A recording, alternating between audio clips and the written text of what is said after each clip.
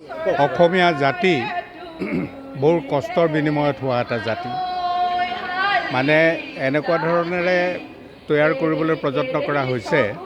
আপোনালোকে চাব যে চুকাফাই যেতিয়া প্ৰথম ৰাজধানী পাতিছিল, ৰাজধানী পাতোঁতে ৰাজধানীত যিটো ভোজ দিছিল, সেই ভোজটো চবকে সুধিছিল ভালনে? আটায়ে ভাল বুলি ক'লে, কিন্তু এজন বৰাহীয়ে ক'লে যে তহঁতি নেজানো। পিছদিনাকৈ ক'লে চুকাফাৰ খং নুঠি ক'লে যে ঠিক আছে, কাইলৈ তহঁতি বনাই খুৱাবি। পিছদিনা একেখিনি বস্তুকে বনালে, কিন্তু ষ্টাইলটো বেলেগ আছে। ভাল পাই নিজৰ ৰান্ধনি এৰি দিলে, বৰাহীক ল'লে। সমগ্ৰ বৰাহী জাতি মিলি গ'ল। That was the first step of assimilation. আৰু তেনেদৰে তেওঁতো 68ত ঢুকাই গ'ল, কিন্তু তেওঁৰ ফিলচফিটো পিছৰ মানুহখিনিয়ে লৈ থাকিলে, পিছৰ ৰজাখিনিয়ে। সেইকাৰণে 300 বছৰ যুদ্ধ নোহোৱাকৈ আটাইবোৰক লগ লগাবৰ কাৰণে যত্ন কৰিছে। শেষত অকল 2খন যুদ্ধ হৈছে।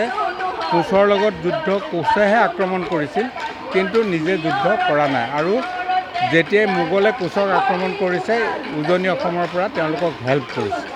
তো ইমান কষ্টৰ বিনিময়ত হোৱা জাতিটো নিজৰ ভাষা এৰি দিছিল, ধৰ্ম এৰি দিছিল, কিন্তু জাতিটো হ'ল। আৰু হোৱাৰ কাৰণে মোগলৰ আক্ৰমণো ওফৰালে আৰু এটা জাতি নিজকে তৈয়াৰ কৰি ৰাখিলে।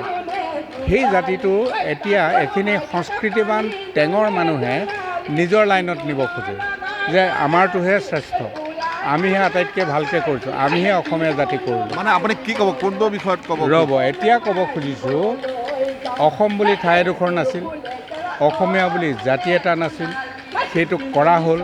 কৰা হোৱাৰ পাছত এতিয়া মাজতে শংকৰদেৱ আৰু মাধৱদেৱ, এওঁলোক দুজনে ধৰ্ম প্ৰচাৰ কৰিলে। এতিয়া অসমত এটা প্ৰভাৱ বিস্তাৰ কৰিবলৈ যত্ন কৰা হৈছে যে শংকৰদেৱ আৰু মাধৱদেৱ নোহোৱা হ'লে জাতি নহ'লহেঁতেন। মোৰ প্ৰশ্ন হ'ল যে শংকৰদেৱ আৰু মাধৱদেৱে কোনখন অসমত ধৰ্ম প্ৰচাৰ কৰিছে? এখন স্বাধীন অসম। স্বাধীনতা কোনে ৰাখিছে? স্বাধীনতা সেই সময়ৰ সামন্ত শক্তিয়ে ৰাখিছিল। গতিকে সামন্ত শক্তিটো সমানে গুৰুত্বপূৰ্ণ হয়নে নহয়? আৰু যদি স্বাধীনতাটো নাথাকিলেহেঁতেন, তেতিয়া শংকৰদেৱো আল্লাহু আকবৰ, ইয়াৰ আটাইবোৰ মানুহো আল্লাহু আকবৰ। আৰু এইটো দক্ষিণ পূব এছিয়াত সোমাই সমগ্ৰ দক্ষিণ পূব এছিয়া বেলেগ এটা আগ্ৰাসন কৰি পেলালেহেঁতেন। সেইকাৰণে আমাৰ মতে শংকৰদেৱ আৰু মাধৱদেৱৰ লগতে সমান্তৰালভাৱে চুকাফাক এটা মনোযোগ দিব লাগে, এই কাৰণেই যে তেওঁৰ কাৰণেহে ইয়াত অসম হ'ল, তেওঁৰ কাৰণেহে অসমীয়া জাতি হ'ল। এই ফিলচফি